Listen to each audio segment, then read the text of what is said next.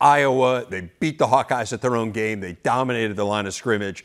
And I think Michigan is still searching for answers after losing at Illinois, continuing to struggle offensively. What intrigues you the most there?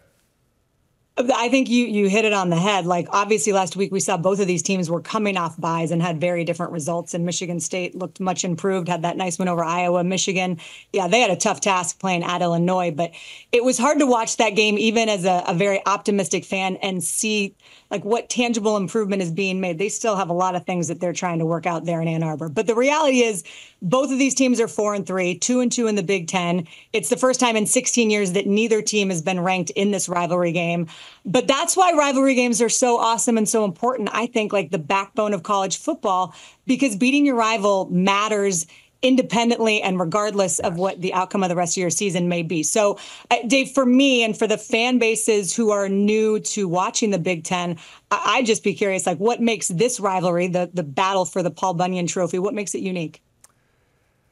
I just think it's a fascinating rivalry, and we did a great feature on it here on the Big Ten Network, an entire show based around this rivalry. There is just a lot of antipathy here. I mean, for Michigan, they don't consider Michigan State to be their biggest rival. Their biggest rival, obviously, is Ohio State.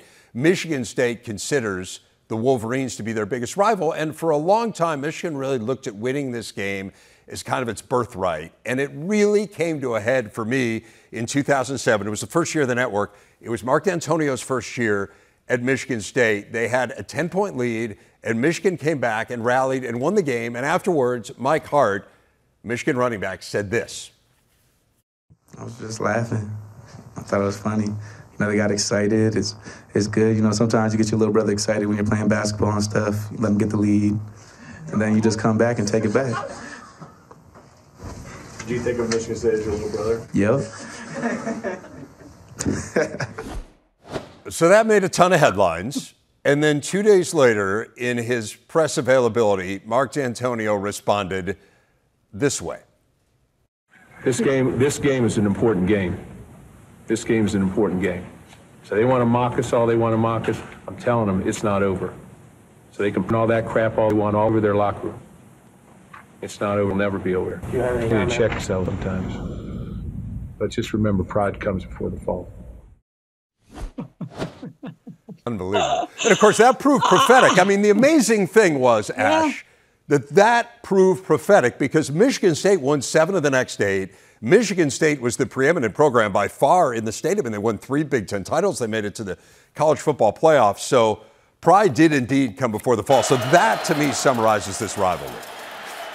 That was the most perfect explanation of this rivalry. And I think it's interesting. I had seen that Mark D'Antonio quote about the pride coming before the fall in print, but it is different when you hear it and see him deliver it. And same thing with Hart, what he was saying. So I think, to your point, you know, they come in 2008, then the next year, and they snap that 6-game losing skid to Michigan.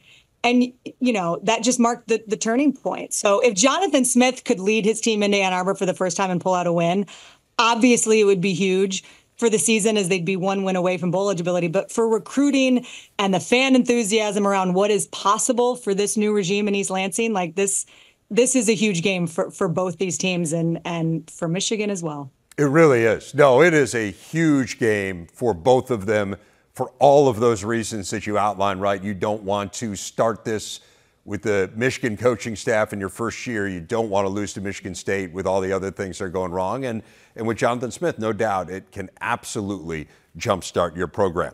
All right, so much more to come on this.